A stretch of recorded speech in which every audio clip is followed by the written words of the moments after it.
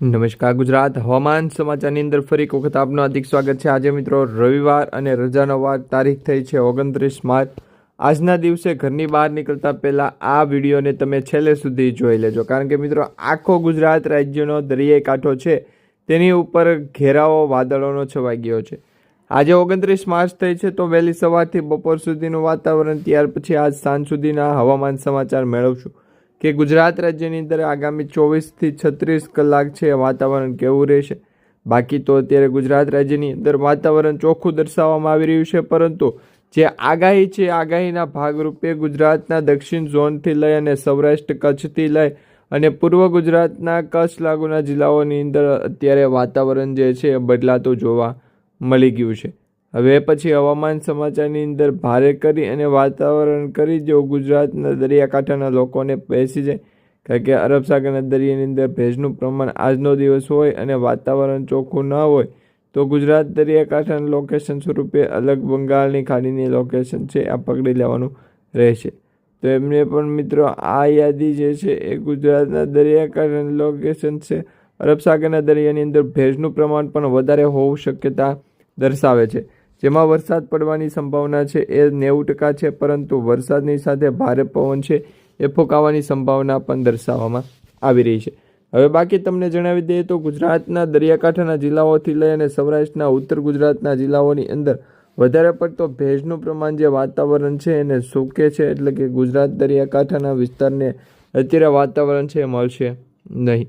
જ્યારે મિત્રો આ વાતાવરણની સ્થિતિ જે છે એ ગુજરાત તરફથી આગળ આવી અને બંગાળની ખાડી તરફ આગળ મોકલવાના હોય, જેમાં શિપ કન્ટેનરને લોડ કરવો પડે અને ખાસ કરીને એક મશીન ઉતારવાનું હશે। તો આ માટે ગુજરાતના દરિયાકાંઠાના લોકેશન સ્વરૂપે અરબ બંગાળની ખાડીની અંદર અરબ સાગરની અંદર લોકેશનને જે છે તમે હાથ પકડીને ચાલતા નહીં। તો આ પ્રકારે વરસાદની સ્થિતિ જો ચાલે આવી જાય તો ગુજરાતના દરિયાકાંઠાની લોકેશન છે એ અરબ સાગરને બંગાળની ખાડી વેધર એનાલિસિસની પણ અપડેટ પણ બોલાવી દે।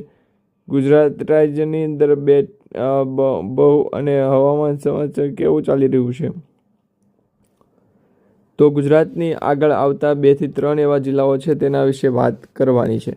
તો આ એક ટ્રફ છે ઘેરાવો જે કહી શકો તમે, ઘેરાવો જે છે એ ઘેરાઓના વચ્ચેના ભાગોની અંદર વરસાદ છે એ કોઈક એવા જિલ્લાઓની અંદર વરસાદ હોય કોઈક એરિયામાં, તો એને તમારે છે માપી નાખવો, એટલે કે ઇન્ક્લુઝન મૂકી અને તેને કવર કરી લેવો।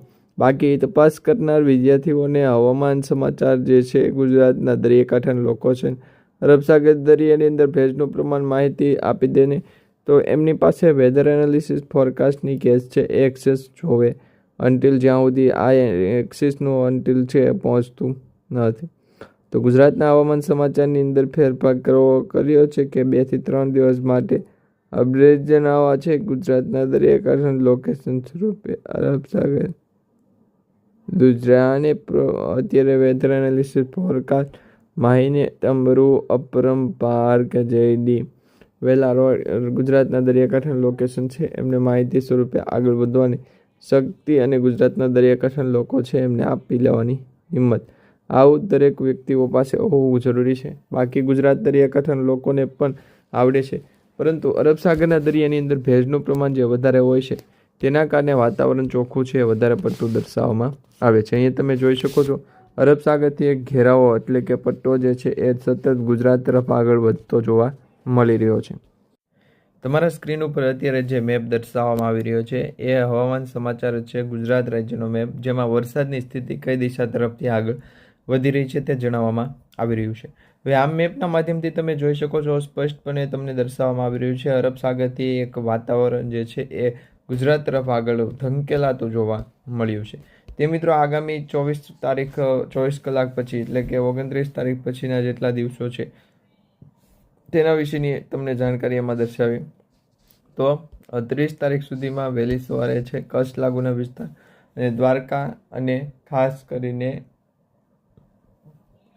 દ્વારકા ઓખાના બંદરોની અંદર આ 2 દિવસ સુધી વાતાવરણ છે ચોખ્ખું જોવા મળશે, પરંતુ હવામાન સમાચાર છે એ ત્યાં મળશે નહીં। વેધર એનાલિસિસના ઓલ કોડ પ્લે લાસ્ટ લાવો અને અપડેટ તમને કહેવું તો એ બાબતે અગાઉ જાણકારી કરી અને આવે તો શું ચાલે, તો કઈ તારીખે કોલ કરું અથવા ક્યારે કરું તો અત્યારે તો વરસાદ જે છે ભૂકા બોલાવી શકે છે. આવતીકાલના રોજ વહેલી સવારથી છે હવામાન સમાચાર સ્ટાર્ટ કરીએ.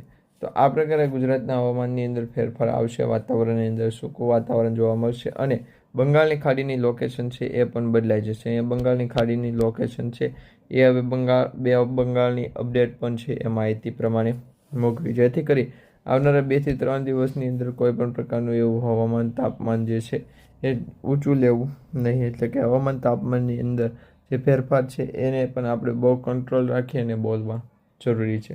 તો આ માટે અરબ સાગર અને બંગાળની ખાડીને લોકેશન સ્વરૂપે આગળ ચડાવવામાં આવે છે. તેમજ રણની ડિપ્રેશન સ્મિથ છે ઉડતી ધૂળ, તેને આપણે નષ્ટ કરવા પડશે.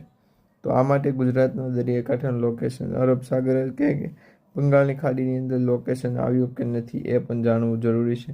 ગુજરાતના દરિયાકાંઠાના લોકોને અપડેટ પ્રમાણે માહિતી છે મળવી જોઈએ. 2 દિવસનું કામ જમા હોય તો 2 દિવસની રોકડી મળવી જોઈએ.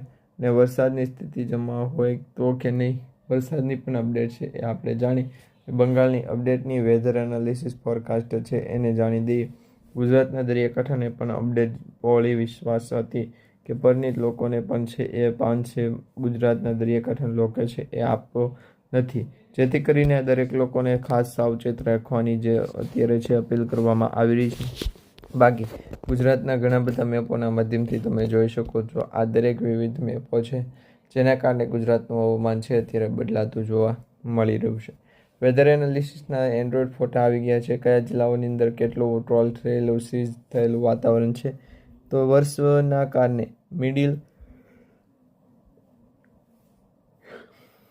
કારણે મિડલ ઇસ્ટના લોકોમાંથી દરિયાકાંઠાના લોકોને આવું છે. હવામાન સમાચાર જાણે ગુજરાતના દરિયાકાંઠાના લોકેશન જણાવે. બંગાળની ખાડીની અંદર વિપુલ જે છે એમને પણ આ પ્રકારે માહિતી છે, એવી માહિતી છે. ગુજરાતના દરિયાકાંઠાનું લોકેશન અરબ સાગર દરિયાની કાંઠે. તો અપડેટ પ્રમાણે માહિતી પણ આપણે હોવું જરૂરી છે. તો આ માપમાં શું છે એ પણ જણાવી દેજો ને ગુજરાતના દરિયાકાંઠાના લોકો છે એમને પણ જણાવી દેજો. ગુજરાત તરફને આપી દેશે કે વેધર એનાલિસિસ ફોરકાસ્ટની માહિતી અરબ સાગરના દરિયાની અંદર ભેજનું પ્રમાણ માહિતી સ્વરૂપે અરબ સાગર બંગાળની ખાડીની અંદર લોકેશન સ્વરૂપે આપવું પડશે. ત્યાર પછી આગળ વધશે. તો એ ગુજરાતના દરિયાકાંઠાના લોકો છે એમને 300 રૂપિયા 350 રૂપિયા છે એક્ઝામ તરીકે પાસ મોકલેલા છે. ને હવામાન સમાચારની અંદર એકાદ દિવસ સુધી છે મોડું આવવાની ક્ષમતા હોય. કેટલા દિવસ સુધી વાતાવરણ છે કે નહીં, ગુજરાતના દરિયાકાંઠાને અપડેટ છે કે નહીં એ માહિતી આપણે જાણવાની રહેશે. ને હજી પણ હવામાન સમાચાર એકાદ 2 દિવસના આવી જાય તો તેથી કરીને ગુજરાતના દરેક જિલ્લાઓની અંદર તોડફોડ અને લાખ લોકેશન છે અરબ સાગરને પીટાવી દેવામાં આવશે. અને ગુજરાતનું વાતાવરણ પણ ચોખ્ખું છે એ પ્રકારે દર્શાવવામાં આવી રહ્યું છે કે કોઈ પણ સ્થિતિ મજબૂત થાય અને હવામાન ફેરફાર થાય તો સૌપ્રથમ આપણે મારો નોટકેટ છે કરવાનો રહેશે. કારણ કે જો એમાં નેટવર્ક નહીં હોય તો સમાચાર જે છે વેધર એનાલિસિસ છે ફોરકાસ્ટની માહિતી છે આ પ્રકારે ગુજરાતનું હવામાન સમાચાર છે માહિતી આપણે જાણીશું. તો ગુજરાત દરિયાકાંઠાના લોકેશને 2 દિવસ માટે ઓલ ટાઈમ જે પોલ પ્લાઝા છે એમને ફિક કરવાની અપડેટ ચલાવી હતી. વેધર એનાલિસિસ ફોરકાસ્ટની માહિતી છે એમને આપણે 2 થી 3 દિવસ માટે ગુજરાત રાજ્યથી ખૂબ દૂર કરવું જોઈએ. અને હજી પણ એકાદ દિવસ છે તો આ બંને ગુજરાતના દરેક લોકેશન છે એમને વેધર એનાલિસિસ ફોરકાસ્ટની માહિતી છે અપડેટ જણાવી દો. અપડેટ ગુજરાતના દરિયાકાંઠાનું લોકેશનનું એવરેજ પ્રિન્ટ છે આ આવવાની હતી જે આવી ગઈ છે.